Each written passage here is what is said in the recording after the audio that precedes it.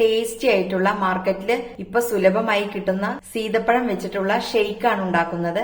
അപ്പൊ അതെങ്ങനെയെന്ന് നോക്കാം. ദേ നല്ലോണം പഴുത്തിട്ടുള്ള സീതപ്പഴം ഒരെണ്ണം എടുത്തിട്ടുണ്ട്. ഇതിനി നടുകെ കട്ട് ചെയ്തിട്ട്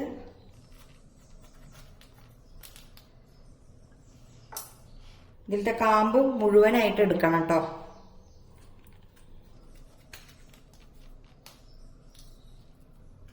ഒരു ബൗളിലോട്ട് ഇട്ട് കൊടുക്കാം.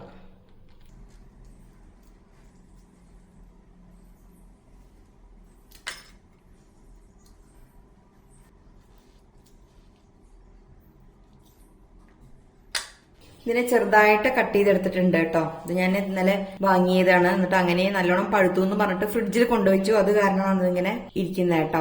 അപ്പൊ ഫ്രിഡ്ജിൽ നിന്ന് കുറച്ച് നേരത്തെ എടുത്ത് വെക്കണം കേട്ടോ ഷെയ്ക്ക് അടിക്കുകയാണെന്നുണ്ടെങ്കിൽ. എന്നാലേ അത് നല്ലോണം സോഫ്റ്റ് ആയിട്ട് ഇരിക്കുള്ളൂ. അപ്പൊ അത് കുറേശ്ശായിട്ട് ഇട്ട് കൊടുക്കാം.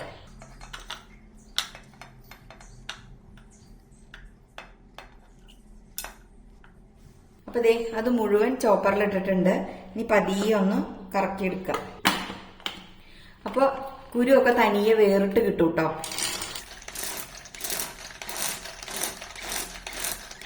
അതിന്റെ പൾപ്പ് മാത്രം വേറെ ആയിട്ട് വരും.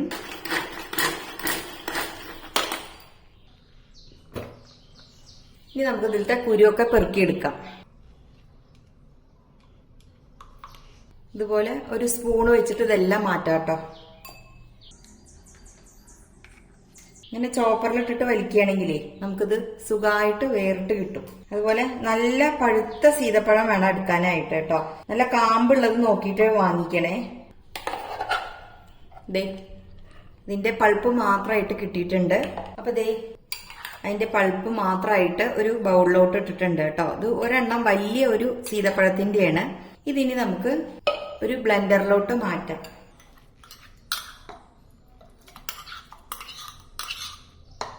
ഒപ്പം നമുക്ക് ഇതിലോട്ട് 1 കപ്പ് പാല് ഒഴിച്ചു കൊടുക്കാം.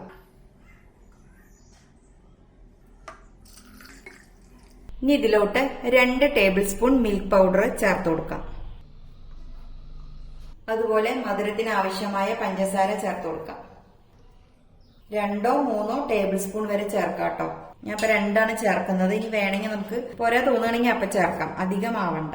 ഒപ്പം നമുക്ക് 2 സ്കൂപ്പ് ഐസ്ക്രീം, വാനില ഐസ്ക്രീം കൂടി ചേർത്ത് കൊടുക്കാം. ഇനി ഇതെല്ലാം കൂടെ നന്നായിട്ടൊന്ന് ബ്ലെൻഡ് ചെയ്തെടുക്കാം.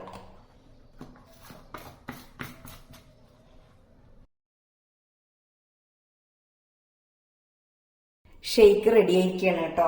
തുറന്നു നോക്കാം. കണ്ടില്ലേ, നല്ല തിക്കായിട്ടുള്ള ഷെയ്ക്ക് റെഡി ആയിരിക്കുകയാണ്. ഒന്ന് ടേസ്റ്റ് ചെയ്ത് നോക്കട്ടെ കേട്ടോ. എന്താ പറയാ, വാക്കുകളില്ല കേട്ടോ, അത്രയ്ക്കും ടേസ്റ്റാണ്. എല്ലാവരും ഉണ്ടാക്കി നോക്കണം കേട്ടോ. അപ്പൊ ഇനി നമുക്കിതൊരു സെർവിങ് ബൗളിലോട്ട് മാറ്റാം. അതേ നല്ല ഭംഗിയുള്ള ഒരു ഗ്ലാസ്സിലോട്ട് മാറ്റാം.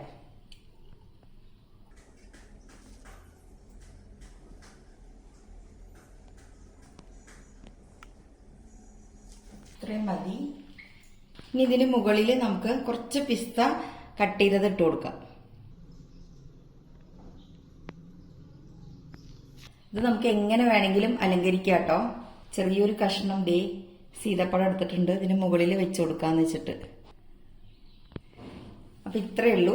എല്ലാവരും ഒന്ന് ട്രൈ ചെയ്ത് നോക്കണം കേട്ടോ. അപ്പൊ ഒരുപാട് മാർക്കറ്റിൽ നന്നായിട്ട് കിട്ടുന്ന ഒരു സാധനമാണ് ഈ സീതപ്പഴം. മാത്രമല്ല നമ്മൾ വീട്ടിൽ നിന്ന് ഉണ്ടാക്കുന്ന സീതപ്പഴത്തിന്റെ ഇതിനെക്കാട്ടിലും കൂടുതൽ കാമ്പാണ് കേട്ടോ പുറത്തുനിന്ന് വാങ്ങുന്ന ഈ സീതപ്പഴത്തിന്. മാത്രമല്ല നല്ല ടേസ്റ്റുമാണ് കേട്ടോ. അപ്പൊ ഈ ഷെയ്ക്ക് എല്ലാവരും ഉണ്ടാക്കി നോക്കണം, മിസ്സാക്കരുത്. അത്രയ്ക്ക് നല്ല ടേസ്റ്റി ആയിട്ടുള്ള ഷെയ്ക്കാണ്. എല്ലാവരും ട്രൈ ചെയ്തിട്ട് ഫീഡ്ബാക്ക് ഒക്കെ അറിയിക്കണേ. വീണ്ടും നല്ല നല്ല റെസിപ്പിയുമായി വരുന്നത് വരേക്കും ബൈ.